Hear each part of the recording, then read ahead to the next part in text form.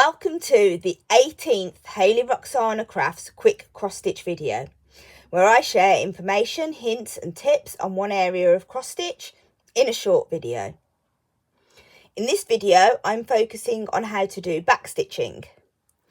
So backstitch is an embroidery stitch that basically allows you to draw lines with your thread on your finished cross stitching. Whilst cross stitching can be completed without backstitching, sometimes it is necessary in order to add detail to your project. So for example, here is a picture of my Lion King sampler. This is the central group. This is a sampler from the Disney Cross Stitch magazine by Hachette Partworks. And this is just at the point where I've finished all the cross stitching for this central group. But then if I show you a picture of the cross stitch after I've added the backstitching, it's clear to see how much more detail has been added to this picture just with the backstitching. It is advised to leave backstitching until all your cross stitches are complete. However, if you're working on a cross stitch where areas are separate, like on this advent calendar cushion that I have stitched, then the backstitching can be completed as each picture is stitched, just to save having to do all the backstitching at the end. This is how backstitching is shown on my charts and most other charts. I show the lines in colour on both my colour charts and black and white charts, as I often use more than one colour for backstitching. I will also include a list of what colour backstitching is used where, if I think it is hard to tell the difference between some of the colours. However, sometimes on black and white charts, all backstitching will be shown in black lines regardless of colour. Sometimes these lines will be dashed or dotted or a combination of both to indicate different colours. Other times you will need to consult the colour picture on the cover of the chart to determine what colour goes where if more than one is used. It is best to consult the instructions for your chart to understand how the designer has shown backstitching, particularly if using multiple colours in the design. Commonly, only one strand of thread is used for backstitching, but sometimes more strands can be used for different effects. So it is best to consult the key and/or instructions to determine how many strands to use. I'm going to use 2 strands for the video just because this will make it easier to see. But if I'm using one strand, I tend to double knot the end of my thread to anchor it. But there are other options for anchoring your thread that can be used, especially if you like to avoid knots in your work. When backstitching on Ada, you mostly go hole to hole. Sometimes this will mean crossing more than one square. However, sometimes you may need to insert the needle between holes in order to achieve the required shape. Traditionally, backstitching is completed by going forwards and then backwards, hence the name. So to stitch the pattern shown here, you would come up where you want to start your backstitching. Backstitching quite often goes round in a loop, so you just choose where you want to start. Okay, and make your first stitch, and then you want to go forwards to the end of where the next stitch will be, and then go backwards, and then repeat that until you've done the required backstitching. And backwards,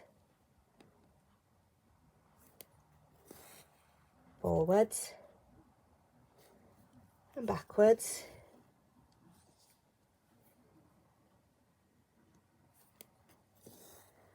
forwards, and then backwards,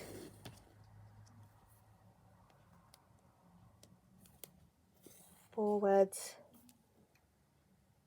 and backwards. As you can see, some of these stitches are going over multiple squares. If you have stitches that cross multiple squares in a straight line, you would just go hole to hole as you stitch them.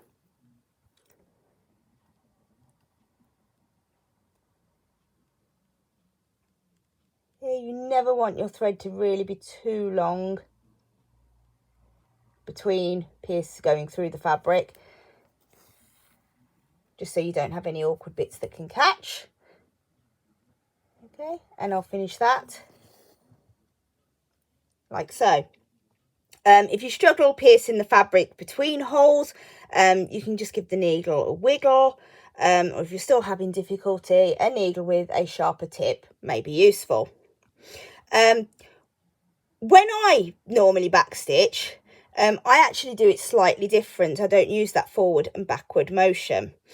I like to bring the needle up in the first hole and then the last hole for each stitch. So it's quite hard to explain. So I'm going to show you how I do it. So I would start exactly the same. Like so. And then my next stitch I would do in the same way, go into the last hole and then back. So that forwards and backwards motion. But then to do the next stitch, I'm going to come up through that hole there and then go down. Okay. And then I've got one that goes forwards and backwards again.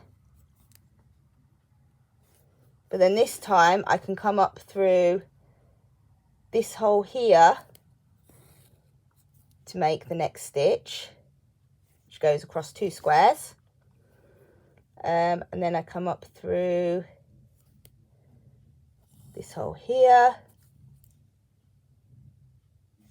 and down, and then I would come up through the hole I've already used and then go down in the middle. I can just get my needle to go in. There we go. Like so. So as you can see from the front, it looks exactly the same, but the backs, ignore that bit where I've gone across, do look slightly different.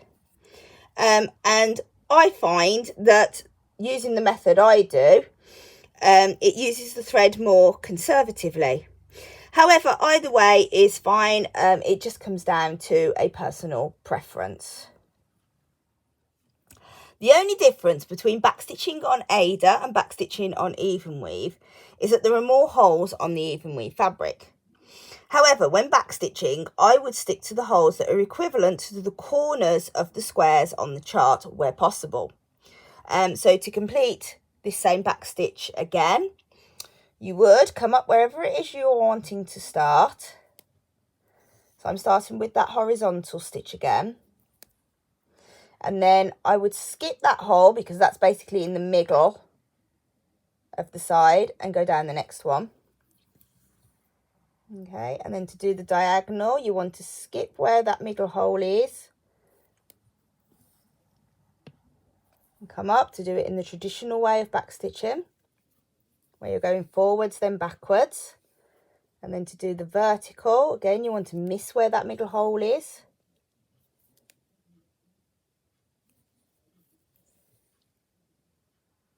Okay, and you just keep going.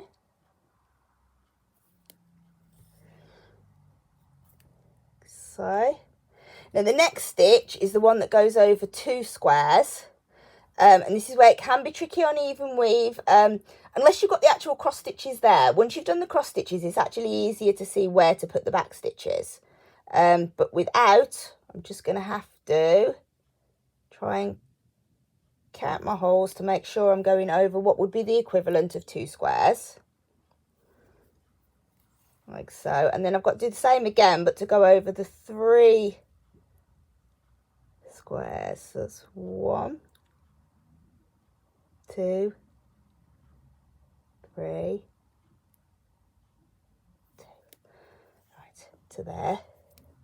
But when you are doing the back stitching on even weave, if you've got stitches that don't use a complete side of a square, so it doesn't go hole to hole, you have got the extra holes there which help, so you haven't got to pierce the fabric. Okay, like so. Can look a little chunky in the 2 strands. Like I said, normally you do use 1 strand.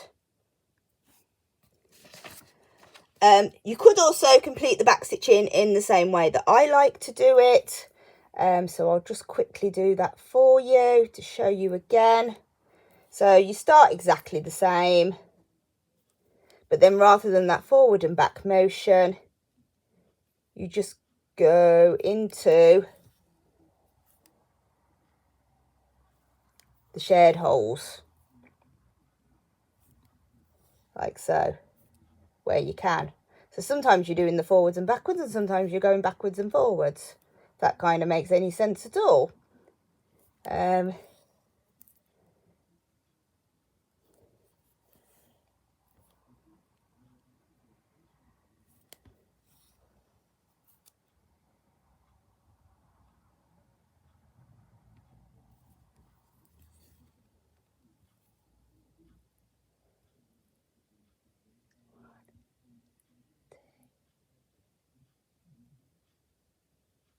Like I said, on even weave, the backstitching is easier when the cross stitches are there because it helps show you where the squares are. It is easy to make a mistake when you're doing it without them there. You just have to be really careful not to if you are trying to backstitch where there are no cross stitches. Okay, like so. So like I said before, it doesn't matter which way you do it, as the front looks the same with either method, and that's the important part. Like I said at the beginning, backstitching adds extra detail to your finished cross stitches. I'm not going to deny that sometimes it can be fiddly and annoying to complete, but it is always worth it to achieve a fully completed piece of art. If you have any questions about backstitching, please pop them in the comments. And in next week's video, I will demonstrate French knots.